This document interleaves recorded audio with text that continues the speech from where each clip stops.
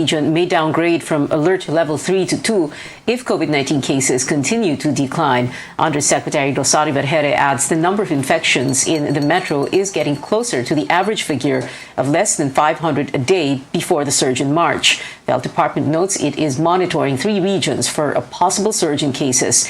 These include the Cagayan Valley, Zamboanga Peninsula, and the Cordillera. In the number of cases, the peak in the number of their cases later on. Compared to the National Capital Region and the other areas.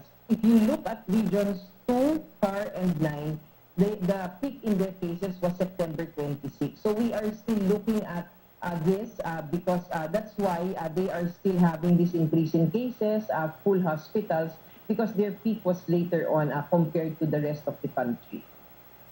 The health department recorded over 4,000 new cases today. That is slightly up from yesterday's number, but it is the third straight day the country recorded less than 5,000 infections. All laboratories were able to submit data. Local governments ready for the second phase of the vaccination program for minors following concerns about the safety of adolescents taking the shot in hospitals. The health department guarantees the facilities are safe. Our Tristan Nadalo has that story. The government is expanding its vaccination programs for minors. From 8 participating hospitals, there are now 25 sites for the vaccination of 12 to 17 years old starting Friday. The health department defends its move to conduct the inoculation in hospital setting. The government will never do that, that we will put our children in danger. We made sure na meron ho tayong special place doon sa ospital na hindi po makakahalubilo ang ating mga kabataan na babakunahan. Concerns about overcrowding and limited space also pushed Marikina City to conduct the immunization of minors in a mega facility like the sports complex. Overcrowding and limited space also pushed Marikina City to conduct the immunization of minors in a mega facility like the sports complex. This is where Marikina City will hold its COVID-19 vaccination program for minors starting Friday, October 22nd. The room is equipped with all the requirements to meet the demands of Pfizer vaccines during inoculation day. So far, only 10 kids will be allowed in this facility, which is just few meters away from 2 nearby hospitals. Minors, laging times 2 yan ang bilang namin, minsan times 3 pa eh. Pagka dumating yan, hindi po pwedeng on their own pupunta lang dito. Kaya namin dinedicate lang para sa minors lang talaga yung dahil sa dami. So ina-expect namin isang bata, may isa o dalawang kasama. So yung overcrowding, iniiwasan namin yon. No walk-ins will be entertained during the vaccination of minors. Those with comorbidities will be prioritized. Nakikita ko naman na parang wala namang hesitation na magpabakuna sa mga pediatric group. At least 3 ambulances with emergency medical teams will be on standby in case of adverse reactions. May pediatrician kasi kami dyan na sila magmaman kung magkakaroon, if ever na magkaroon ng side effect.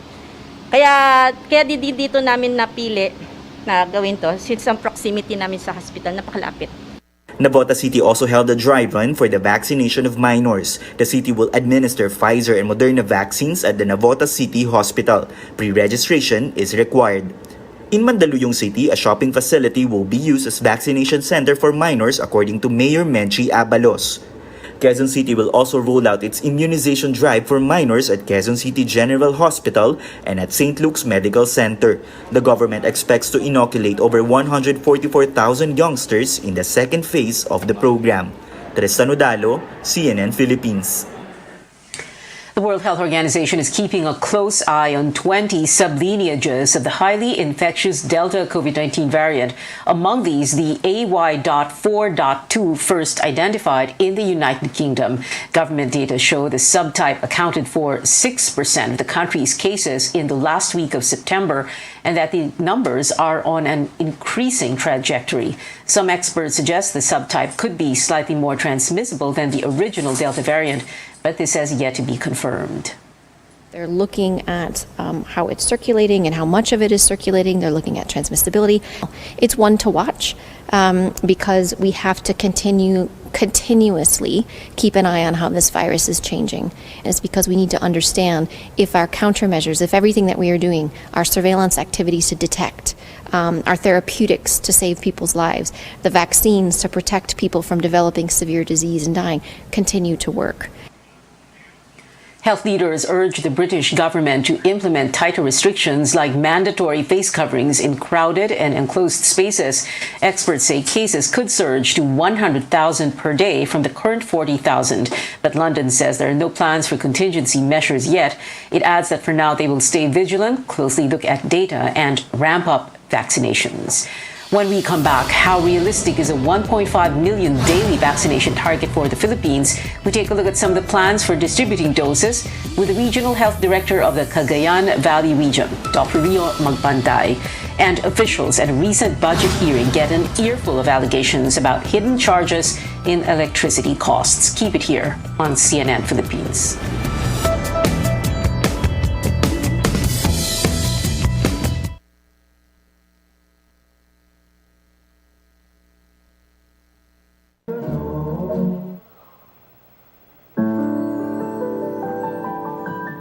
Using Doña Elena olive oil helps elevate the spices and flavors of my dishes, making the aroma and taste more delicious. I use Doña Elena not just for the restaurant, but also for cooking at home.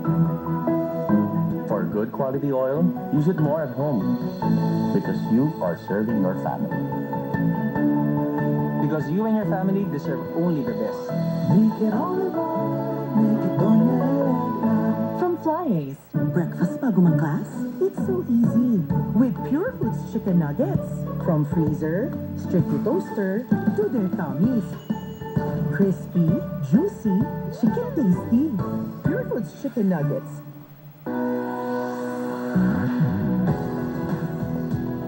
Kabilang ba kayo sa mga Pilipino na nahihirapan sa mga transaksyon dahil wala o kulang ang mga valid IDs? Huwag nang mag-alala dahil narito na po ang PhilSys, ang identification system ng bawat Pilipino.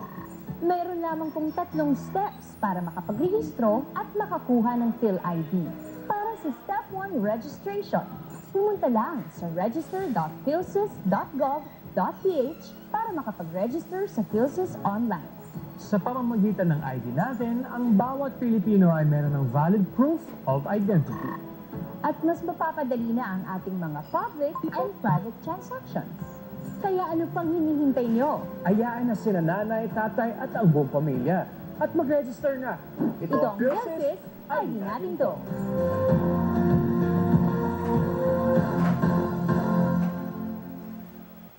Friends, try nyo to. Vet-approved Nutri-Chunks in lamb flavor. With active boost and prebiotics na pampalisto. Made with real lamb goodness. With essential nutrients to help keep them strong, healthy and happy. Listo, ganado sa Nutri-Chunks. In everything you do, make sure you choose what's true. We always follow our hearts, so true adventures come our paths. Dreams and aspirations giving spark to all our passions. Stay true and you'll know what to do. They do the ones that are true. We choose what's true. We choose cheese and blue. Choose what's true. It's all about cheese and blue. Choose what's true. Choose what's true. Dahil ito ay cheese and blue.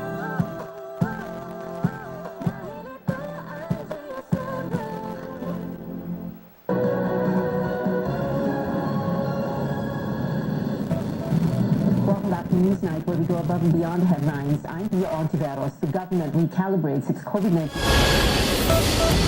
Welcome back to Newsnight, where we go above and beyond the headlines. I'm Pia Ontiveros. The government recalibrates its COVID-19 vaccination strategy in hopes of a better Christmas and a safe election season next year. Now, to achieve this, it targets to administer 1.5 million shots every day, meaning local governments need to vaccinate 3,000 to 5,000 people a week. Is this possible in the provinces? We go above and beyond the headlines with the Regional Health Director of the Cagayan Valley Region, Dr. Rio Magpantay. Dr. Magpantay, good evening to you. In February, we spoke before the vaccination rollout began. But first, I wanted to do a little bit of numbers, to show the numbers lang po muna para maintindihan po ng viewers natin. Ang population po ninyo sa Cagayan Valley ay 3.6 million. And your vaccine-eligible population is 2.5 million, Dr. Magpantay. Can you tell us ilan na po ang fully vaccinated at ilan na po ang may first dose na? Yes, that your statistics are correct. For our first dose, we have vaccinated around 680,000 clients, and for the fully vaccinated, around 580,000. That's around 27% and 22% respectively.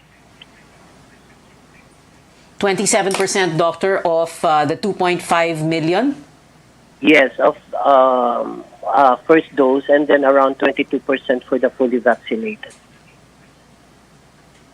Okay. Well, doctor, when we spoke, like I said, in February, when I did that interview with, yes, when I did that interview with you, that was February, and March nag-umpisang dumating yung mga bakuna. Of course, hindi agad-agad na na-download ka agad sa lahat ng mga rehiyon, sa lahat ng mga probinsya, mga munisipyo, mga bayan. Pero how long did it take for the vaccines to reach your area, DOH Cagayan Valley, and how long was it before you were able to download to the different municipalities?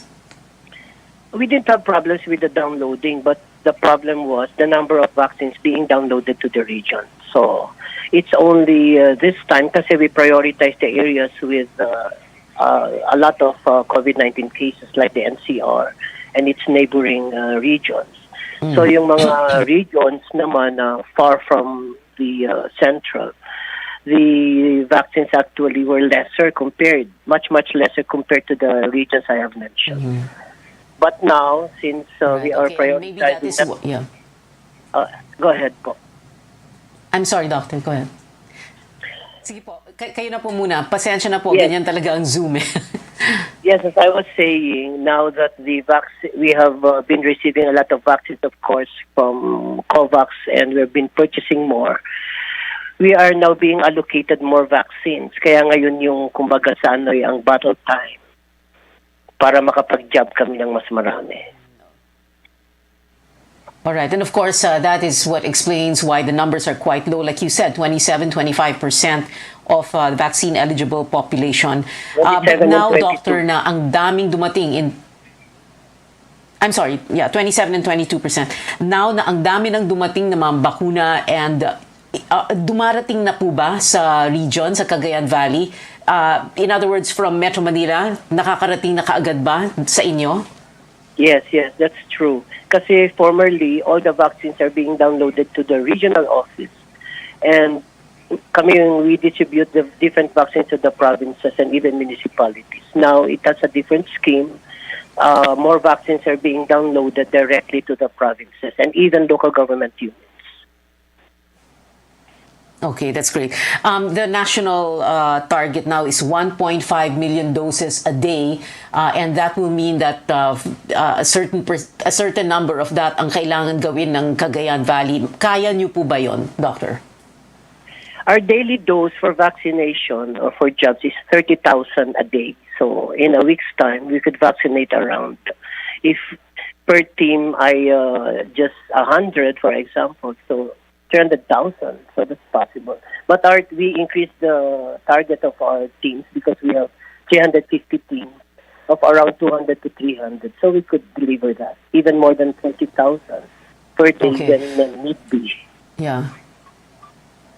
Okay. Again, Doctor, when I interviewed you in February, we talked a lot about the geography, which is very, very important para maintindihan ng tao kung paano nakakarating sa mga liblib na lugar, halimbawa, ang mga bakuna.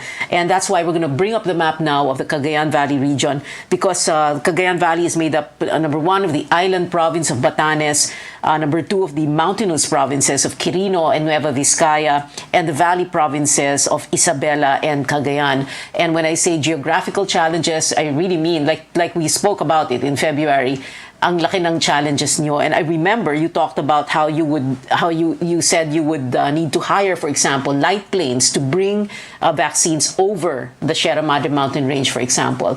That you had challenges when it comes to coastal areas of Cagayan province, challenges in terms of the island town of Itbayat in Batanes, for example, the farthest point of Quirino, for example, and so many other municipalities sa Cagayan Valley. Nung nakwento niyo po yon noong February, all this time, syempre, ang iniisip ko was, paano niyo nagawa yung pagpapadala ng mga bakuna sa mga liblib na lugar na iyon? Yeah, that's very true. What you mentioned was really true. But we engage the support of other agencies such as the OCD and the AFP. So sila ang aming tinatap before to bring the vaccines to the different islands, particularly Batanes. Fortunately, for the past how many months after February, wala namang masyadong typhoon dito. And walang masyadong malakas. Meron man, hindi siya malakas. Right. So mas madali namin na ibibigay or we were able to download the different vaccines to the areas you have just mentioned, the difficult areas. So very important talaga yung collaboration Yes, and that's right. cooperation with other agencies such as AFP. That's true. Parang whole of government approach. Armed Forces, Philippine National Police, OCD, like you said, and also DILG. And I remember that very clearly. You said in February, basta't walang weather challenges, mas madali, no? So it's good to Tama. hear that. Now, Doctor, the other issue, because kanina nga si Yusek Rosario Vergere and DOH, no, sinasabi nila, binabantayan nila, isa sa mga rehiyon na binabantayan ay Cagayan Valley dahil medyo tumataas daw ang bilang ng mga kaso. So ang tanong dito is, mahahabol po ba yon ng vaccination rate? Are you confident about that? To be honest, bumababa yung kaso namin. We are now under moderate. We used to be under critical and then naging high. Now we're under moderate. If before, during the critical stage, you were able to vaccinate even a little less than 30,000, the more that we could vaccinate more. That's how I see it. And now that we have a different scheme na pwede na i-download sa iba't ibang lokal na gobyerno coming from the central, mas mabilis silang matatanggap yun. Mas mabilis silang maibabakuna. The only challenge we have now is the number of vaccination teams. We really have to add more to make sure na faster yung jabbing natin. That's true. Dr. Rio Magpantay, the Regional Health Director of the Cagayan Valley Region. Doctor, maraming salamat po sa inyo. Please stay safe, sir. Thank you so much. You too. The PDP Laban dispute takes center stage at a Senate hearing on the energy. The PDP Laban dispute takes center stage at a Senate hearing on the Energy Department's 2022 budget. Tensions flared after Senator Manny Pacquiao accused his rivals of pushing up electricity prices. Amor Santos has the details. Alam nyo, let's call a spade dito sa hearing na to. This is all political, Senator Pacquiao. Alam naman natin to. Hold on, Senator Pacquiao, Attorney Matibag. Huwag tayong This is my committee, and you have no right of calling this hearing a political hearing. This is a budget hearing. The senators are entitled. The senators are entitled to ask policy questions. You're out of order. You're no longer recognized. Senator Sherwin Gatchalian kicked out the president of the National Transmission Corporation, or Transco, during the budget hearing for its mother agency. Tensions flared as Transco President Melvin Matibag accused Senator Manny Pacquiao of politicking, as the lawmaker questioned his wife's appointment in the Independent Electricity Market Operator of the Philippines, or IMOP. Energy Secretary Alfonso Cusi apologized for Matibag's behavior.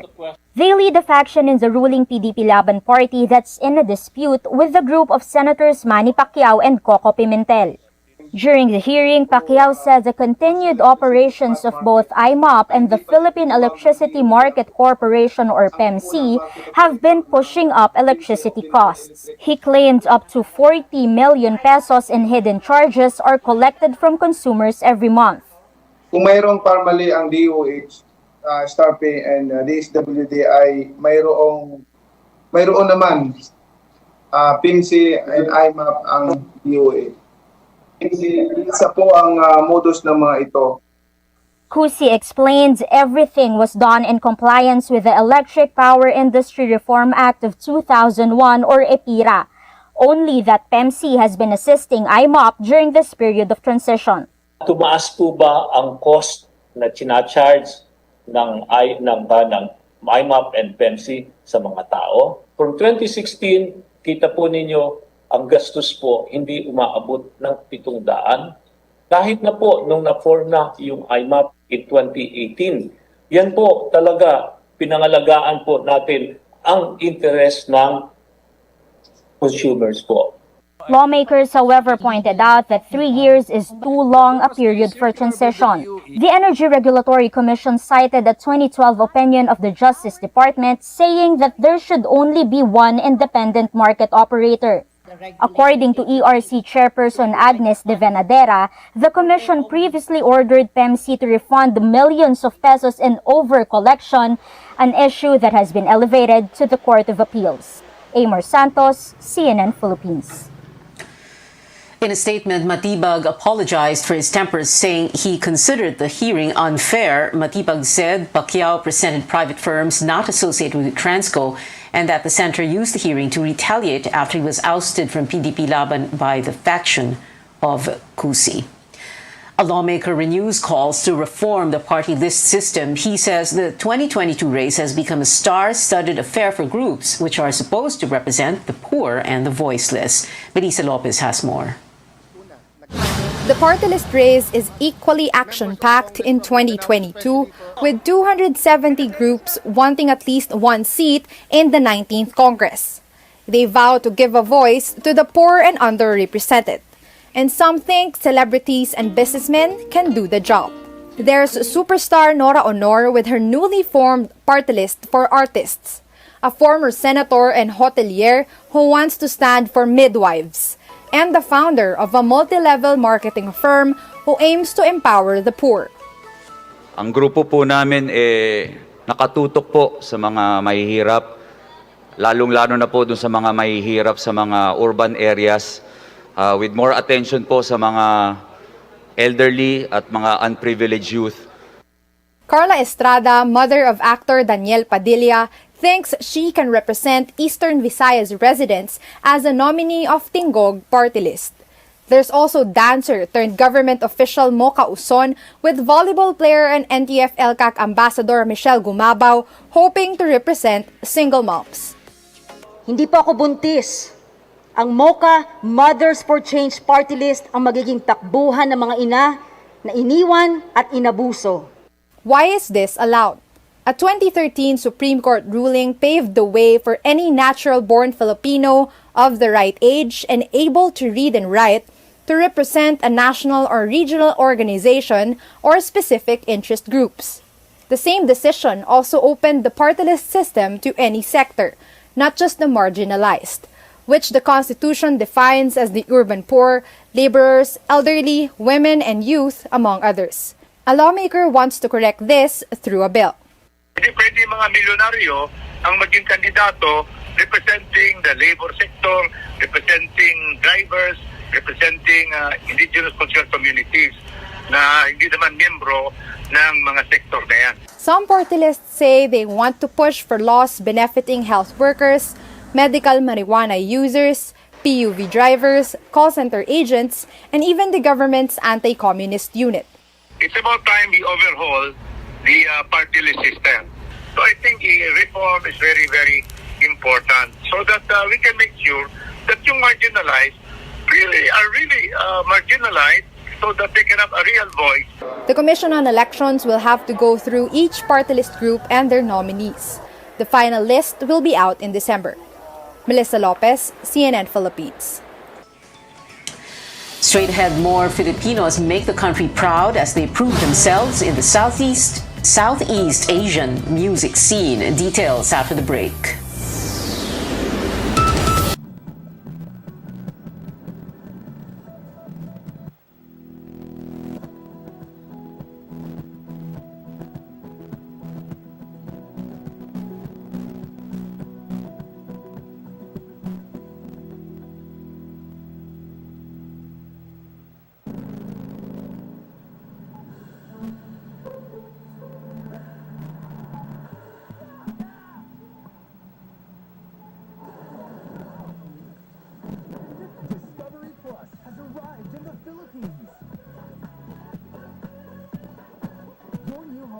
Larger-than-life entertainment and unforgettable characters is here. Subscribe now at 129 pesos for the first year. Don't miss out. Gumagaan ang inuman pagsandigay. Ako, stress sa work kaya ini-imagine ko nasa beach ako. Ako, busy sa paglaba at pagluto. Kaya ini-imagine ko, nag-iit-olokin tayo. Ako, ini-imagine ko yung bar dati. Laging masaya. Kasi miss ko na kayo. Buti na lang, may Sunmig Light dito sa tindahan. Pagtapos ng mabigat na araw, mag-inuman with friends and Sunmig Light. 100 calories lang, magaan sa tiyan. Ulitin natin to. Ang alin? Mag-imagine? Hindi. Mag-inuman. Love is all about time. Di na madali ang pagpapasarap. Write the love in every Pure Foods ready to eat. Slow cooked and ready in 8 minutes. Para may time ka sa mga mahal mo. Because love takes time. Now more than ever, the internet has become critical, whether it's to learn, to work, to get healthcare. As technology keeps on advancing, the customers keep on changing their needs. We have to be very reliable as far as our customer engagement is concerned. We make sure that our IT infrastructure is very stable in order to serve our customers better. We'll continue to drive digital adoption in the Philippines. We feel quite fortunate that we're able to help and make a difference.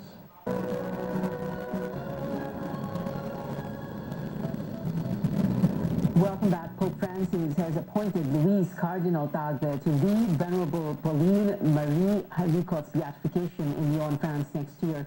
This is the first time a Filipino will be presiding over a beatification ceremony. The process is meant to give Haricot, declared venerable over 50 years ago, the title of blessed. With this, the propagation of the faith founders will be a step closer to becoming a saint. In entertainment, the Pinoy pop group SB19 is getting even more international recognition. The young artists are nominated for... In entertainment, the Pinoy pop group SB19 is getting even more international recognition. The young artists are nominated for Best Southeast Asia Act in this year's MTV Europe Music Awards. They recently went up against global stars like Ariana Grande and BTS for the Billboard Music Awards Top Social Artist. While the four-member act lost to BTS, they still have a chance to grab the MTV prize. Voting is open until November 10. We have 65 days before Christmas, and that is it for now. Join me again on News.ph at 7 p.m. I'm Pia Ontiveros for Newsnight, where we go above and beyond the headlines.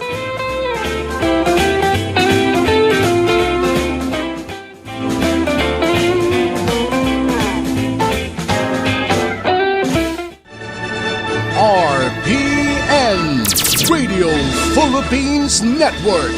Radyo Ronda DXKS Surigao. Member, kapisanan ng mga broadcaster ng Pilipinas. The filing of certificates of candidacy is over, but critics of the government have so far failed to agree on a single standard bearer to defeat whoever will be the administration party's bet. Who will be the true opposition? Or more correctly, how many will there be? Or maybe we should ask, will there be one? This is Politics as Usual. Good evening, I'm Pia Ontiveros. Welcome to your weekly political appointment fix. Our guests, the spokesmen of 3 of the 4 opposition bets in no particular order. Former Congressman Monico Puentevella, political advisor to Senator Manny Pacquiao. He's joining us live via Zoom. Former party list Congressman Ashley Asedillo, speaking for Senator Ping Lacson and the Center's party, of which he's chair, Partido Reforma. Ashley is here in the studio with us, but we're 5-7 meters apart, very safe. Of course, we're only limiting to one guest per for every show in the studio. Lito Banayo, Mr. Lito Banayo for Isko Moreno, the one-term mayor of the City of Manila, chair of Aksyon Demokratiko, joining us also live via Zoom. And I would have also introduced attorney Barry Gutierrez, spokesperson for Vice President Lenny Robredo, but Barry declined to come on the show, saying pass, and we couldn't get anyone else from the VP's office, including, among others, former Senator Bam Aquino, campaign manager for the Vice President, because they all declined.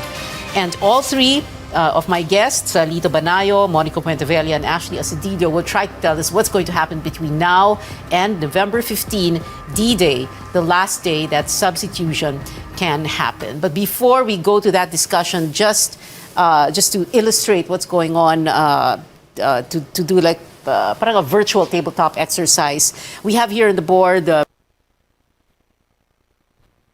President, Vice President, 2 columns, and we're just going to put up these people on the board. So Ping Lacson, of course, running for president here. His running mate, Tito Soto. Isko Moreno, running for president. His running mate, Doc Willie Ong. Manny Pacquiao, running for president. And Lito Atienza, his running mate. And of course, VP Lenny Robredo, even if she has no representative here tonight, and her running mate, Kiko Pangilinan.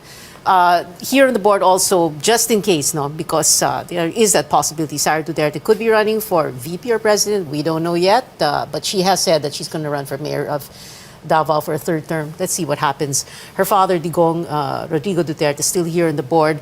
Bato de la Rosa, of course, running for president so far, the standard-bearer of PDP Laban. Bongo, running for vice president, so let's put him here in the VP column. And Bongbong Marcos, running for president. All right, so let's go to our guests tonight. And I wanted to begin with this. A main question for everybody. And I wanted to know which one of your principals is going to be the opposition candidate. And of course, we are presupposing that isa lang ang pipiliin. Let's see, no? So let's begin with Ashley Asedillo. Is it going to be your principal? Is it going to be Ping Lacson, who will be the opposition candidate? Well, yet to be fair to the other candidates, no? My principal, Senator Lacson, has always been an independent, and he will continue to do so even if he's running for president. And he has never claimed to be a member of the opposition, nor will he claim just for purposes of running for president. So he will continue to, well, for lack of a term, no, people will call it a middle ground or a third force, but suffice it to say, he will continue to be the independent candidate that he has been middle ever ground, since. third force, and that was a term that we used back in the 98 elections, you know. But it's a little bit more in tune with the opposition, no? And that's why, you know, ginugrupo kayong apat di ba, as the opposition candidate. So what are you saying? So whether or not there is an agreement among the 4, Ping Lacson will run for president. Doesn't matter what happens. Well, as far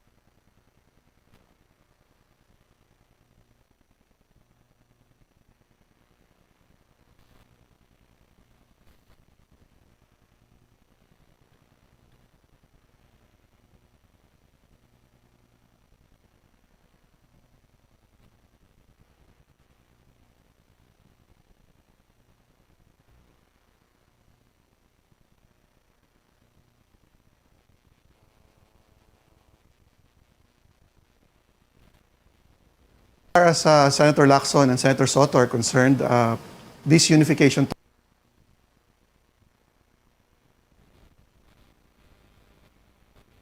talks are over.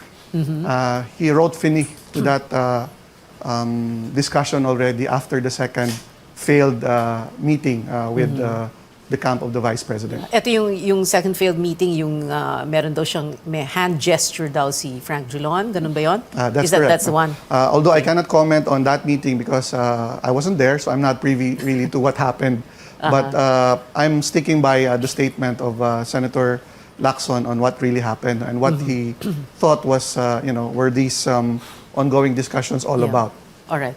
Let's go to Lito Banayo, who's representing Mayor Isko. Were these ongoing discussions all about? All right.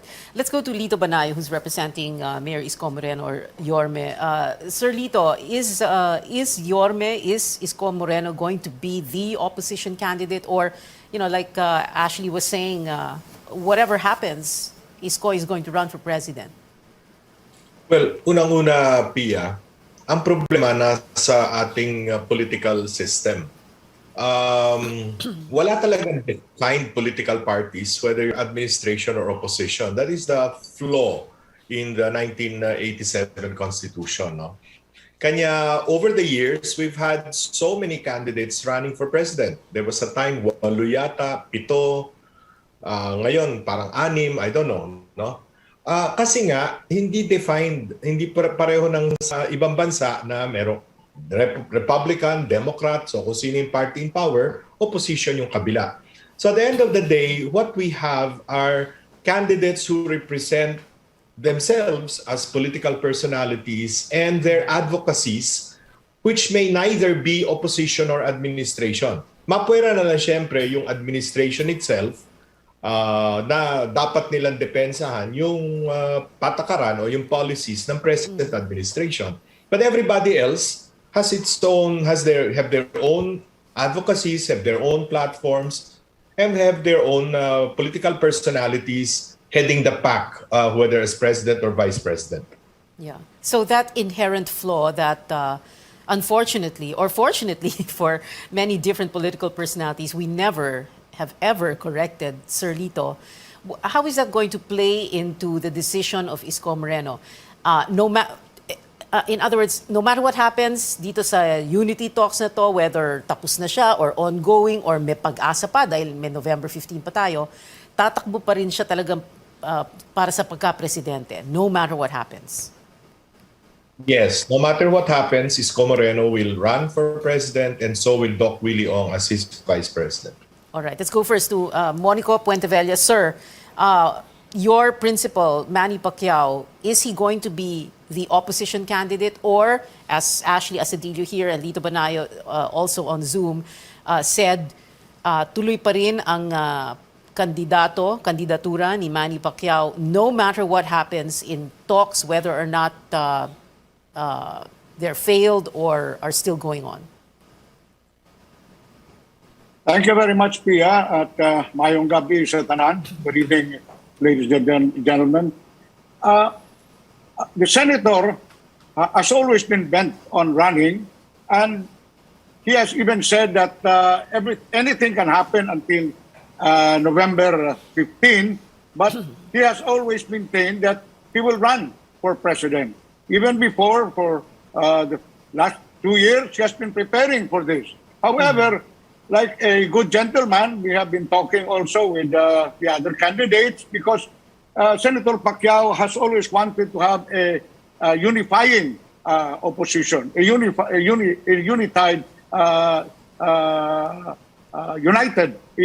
opposition. And anything, we still have a month to go, but the senator will run for president, come what may, because he knows what he wants and he has always been prepared for this. So we'd like to thank his supporters, first of all, for having confidence and trust in Senator Pacquiao. Okay, well, so if these three gentlemen, Manny Pacquiao, Ping Lacson, and Isko Moreno are going to run for president, and everybody says, and then let's say Lenny Robredo also decides to run for president, na ituloy na rin niya yung kanyang kandidatura, everybody's saying that mahati lang talaga ang boto ng opposition. And if there is the possibility of a Bongbong Marcos and a Sara Duterte tandem, whether Bongbong for president and Sara for VP, or baliktarin natin yon, they're saying none of you stand a chance against BBM Sara. If it is BBM or Bongbong Marcos and Sara, maraming magagalit if you say BBM, we should call him the Bongbong Marcos. So, paano po yun? What's going to happen now, Ashley? Yeah, I think we have always believed that a strong campaign, it doesn't matter who runs against your candidate. And not only that, we believe that we are not only a strong, that we only don't have a strong tandem, we also have we're running a smart campaign, which means that it shouldn't matter who Senator Lacson and Senator Soto are running against, but at the same time, we're also open to making calibrations or adjustments as we go along. As we said, the landscape is not yet fully formed, precisely because there are still going to be potential realignments or potential candidates even by the time November 15 rolls into town. So, we believe that it should not matter. However, we are, of course, open to adjustments depending on what the final lineup of candidates will be for president and vice president. Okay, we're going to have to go to a break, but before we do, I have a question for Lito Banayo, who, like I said, is representing Isko Moreno. And by the way, Sir Lito, this is your second time to guest. You're a regular on the show already. But I wanted to ask you about this. What's going on in your camp? Because Florin quits, Cesar leaves, Cabayan withdraws, and Samira melts behind Isko Moreno on stage. We're going to get more insights from the spokesman of 3 presidential aspirants after a quick break. This is Politics as Usual. Be right back.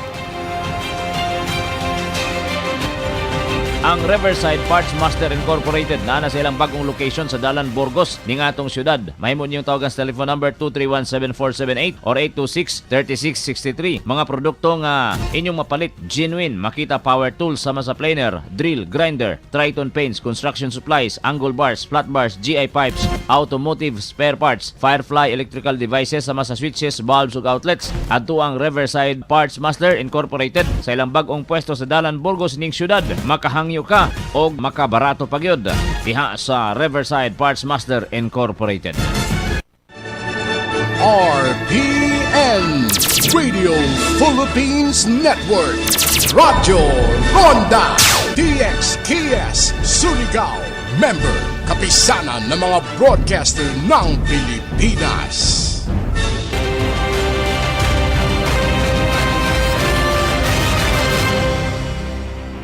Welcome back. So with us, spokesman of 3 opposition bets, Monico Puentevella speaking for Senator Manny Pacquiao, Ashley Asedillo for Senator Ping Lacson, and Lito Banayo for Isko Moreno. Sir Lito Banayo, can you respond to that question very briefly, and then let's talk about the BBM-Sara, Sara-BBM tandem, possible tandem. Lito Banayo, sir?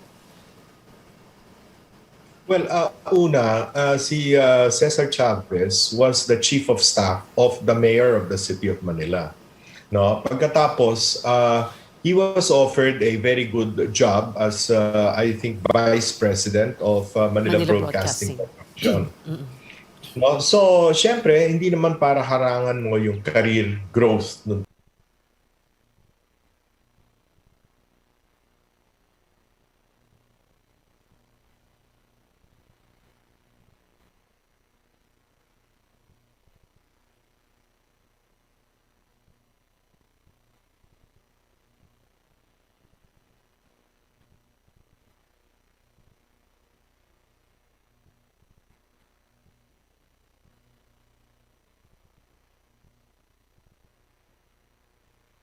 tao, no? So, nung nagpaalam siya kay Mayor Isko, at kaharap din naman ako nung nag-usap na gano'n, so sinabi namin, good luck, it's a good career move, no? Okay. Yun lang kay Cabayan, he had personal reasons which he divulged only to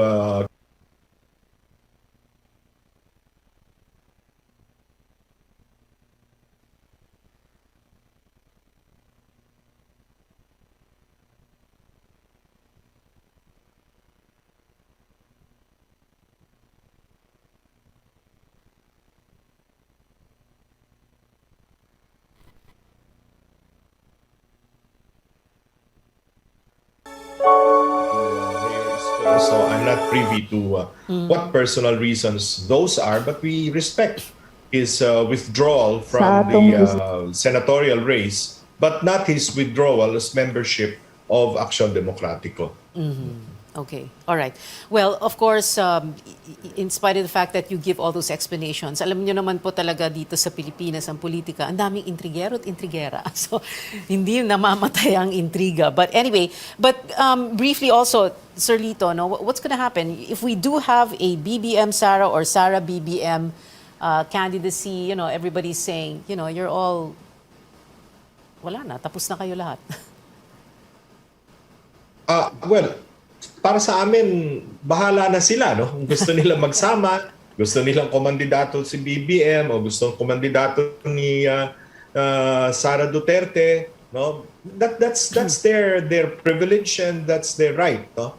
Kung gusto ni Ferdinand Marcos Jr., well, he's already a candidate for president. Yes, okay lang, no? So, laban-laban na lamang. Yeah. Okay. Matira matibay. Yep. All right. And I'm sure ganun din ang sasabihin ni Sir Monico. Hindi po ba? Bahala sila kung gusto nila tumakbo. Ganun. You know, Pia and gentlemen, when Senator Pacquiao filed his candidacy, he already knows what to expect. He knows the direction, and he has decided to run for it. You know, no matter who are running, it does not matter because he is running on his strength, on his platform. He knows what he wants to do, and if elected, he knows where to go and what to do. So he doesn't really care who is going to run or, against him, or whether this candidate or that candidate will go in a tandem. You know, it's we will really know by November 15 of the midnight, and whatever happens, Senator Pacquiao is already ready. He will run on his own strength, and he knows where he's going. So no matter what, whoever it is, mukhang ready na si Senator Pacquiao, Pia. I love how the you three gentlemen answered the question, because you're saying, no, wala naman kaming pakialam dyan, bahala na sila, bahala na kayo dyan, parang ganon. And then si Sir Monico, not even mentioning the name, but it's interesting, you know, this whole issue about the name, no?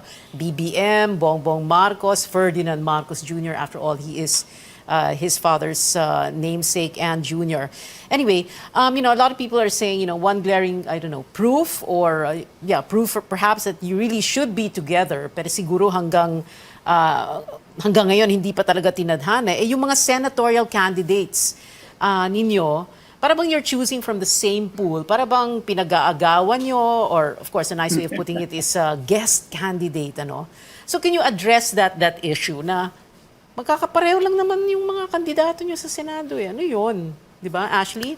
Yeah, first of all, we'd like to clarify that the tandem of Senator Lacson and Senator Soto potentially will be putting together the largest alliance or coalition. So you're talking about Partido Reforma, NUP, and the Nationalist People's Coalition, led respectively by Senators Lacson, Secretary Puno, and Senator Soto. Now, most of the discussions with the members of the slate happen on a one-to-one basis. And we really don't know who they talk to after we've spoken to them. And we're actually not mindful of who they've spoken to, because prior to the filing, nothing was final. And even after the filing, nothing was still final, precisely because, you know, decisions have to be made also at the party level, even from within our own coalition or alliance. So we're talking about 3 entities that need to sort out things from within their own parties. So eventually, kaya nagkakaroon ng ganyan. Kasi eventually, after 2 of our principals spoken to these senatorial candidates, they also will be going to the other parties. And we understand that because they're trying to increase their chances of winning. And but we're just happy that so far, we have the most solid slate, no?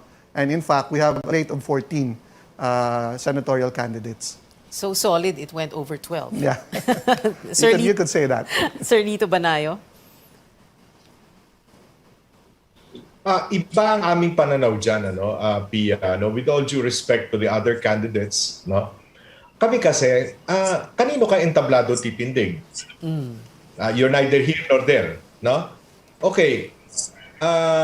We understand the dynamics, no, na may mga senador na either re-electionist o balik senador na syempre on their own merit, regardless of whether they are supporting or not supporting any presidential candidate, mananalo sila o llamado sila sa labanan. But we would rather have a group of senators na naniniwala sa aming paninindigan, titindig sa aming entablado at susuportahan ng aming Pangulo at Vice President. Hindi yung okay lang ito, okay dito, okay doon, no? To me, to us, no? To us that ayaw namin ng ganon, no? Hindi pareho nung nangyari noong 2016. Halimbawa, si Grace po had 12 candidates for senator, pero nung nakikita nilang lamang na si Duterte, yung mga iba niyang kasamahang senador, mapuwera siguro si Isko Moreno, iniwan na siya. Nagpunta na sa kung kani-kaninong entablado. Hindi yata tama yung ganong klaseng kultura sa politika. Okay, but right now you have how many senatorial candidates? 2 or 3? We have 3. We have 3. Samira Gutok, Carl Balita, and Jopet Sison. And that's it? Or what's going to happen? No. We are considering a few more. Just a few more. Ano yun, sir? Guest candidates from the other? No. no, not guest candidates, no. We'd rather have yung talagang amin, regardless of whether sikat sila o hindi sila sikat, no. Okay. Ganun ang aming paninindigan. And ang pagpipilian nyo yung mga hindi pa napili ng ibang mga slates, ng ibang mga Not candidates. necessarily. For all you know, merong mga nandoon na sa slate ng ibang kandidato, pero sa tingin nila, mas gusto nila sumama kay Isko kesa dun sa unang nang hikayat sa kanila. Those are all possibilities. Wow, intriga yan. See, who are you referring to, Sir Lito? No names, please. No names. Well, how many? How many are we talking about? And from which camp? Is it from Manny Pacquiao? O nagre-react na si Sir Monico. Is it from Pings? Alam mo, Tia, hindi importante yung 12. Hindi importante yung 12, 14, 15 ang yung senatorial candidates, no?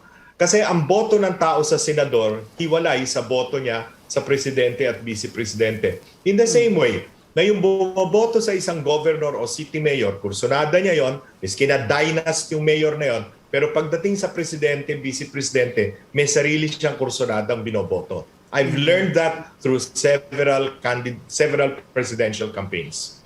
Okay. Sir Monico, what about you? What do you think?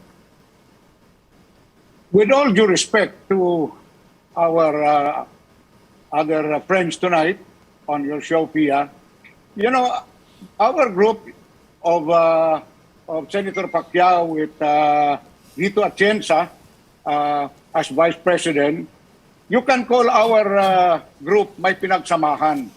You see, si Senator Pacquiao has been blessed to be in Congress for some time and also in the Senate.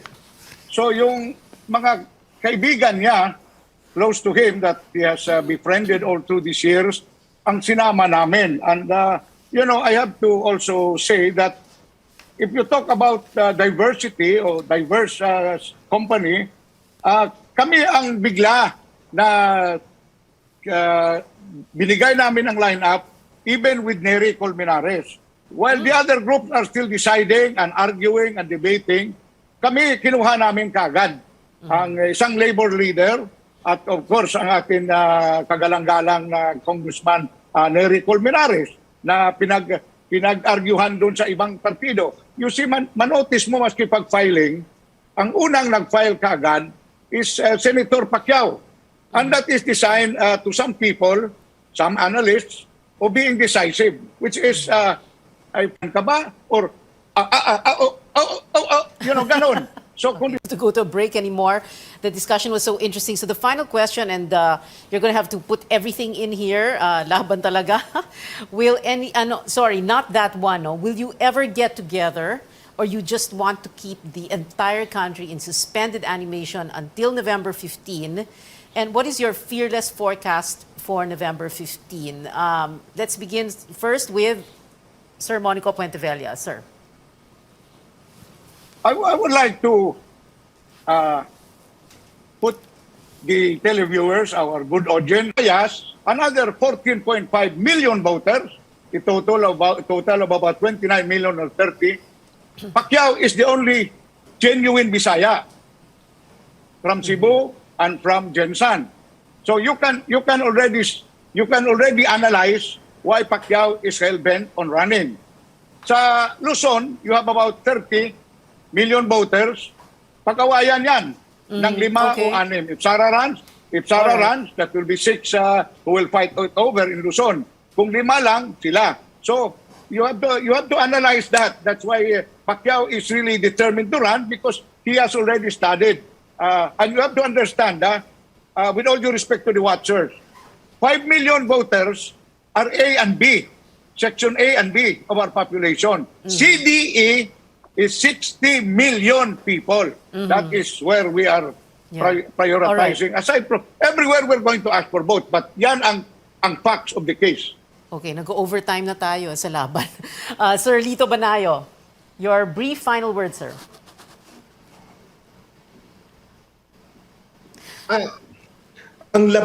Ang ina naman niya, labandera na galing sa Waray, sa Samar. Pero hindi yun ang importante. Ang importante, lumalaban siya at lumalaban ang kanyang mga kasama katulad ni Dr. Willie Ong sa pananaw na meron silang mga solusyon. para sa mga problema ng ating bansa Okay. at ng tao. Mga solusyon na napakita naman ni Mayor Isko sa Manila sa loob lamang ng 2 taong singkad. At yung mga pinakita niya sa Maynila, kaya namang i-replicate, kayang i-escalate towards the entire nation in order to help our people in this time of the most extreme crisis that we have had since World War II. So it is the message. It is how we're going to present our platform. It is how credible our candidates are in being able to tell our people that they will implement this if they are given the trust of the people. All right, thank you, Sir Lito Banayo. Ashley Asedillo? Yeah, as to your point kanina, well, it was never an intention of the Senator Soto and Senator Lacson to keep the nation in suspense. No? As early as July, they've made known their plans of running together as a tandem. And in fact, they were the first to declare in September that they were running for president and for vice president. They've always told our people, they've been very clear that sila ang merong kakayanan, karanasan at katapatan. And this is important in the kind of problems that the next president will be facing come 2022. And we believe in our campaign that between them, and they have 83 years in public service between them, they offer the best alternative and the best option for our people moving forward. All right, well, let's see what happens on or by November 15. Thank you very much to our guests tonight, Sir Monico Puentevella, Sir Lito Banayo, and Sir Ashley Asedillo. Maraming salamat po sa inyo, to the 3 gentlemen with us. We've been told before, don't talk politics at the dinner table or the family reunion or in Viber groups and risk digital warfare. But we can talk about it here at this table on this show. Your weekly political appointment fix, politics as usual. I'm Pia Ontiveros. See you back here next Tuesday, 8:30 p.m.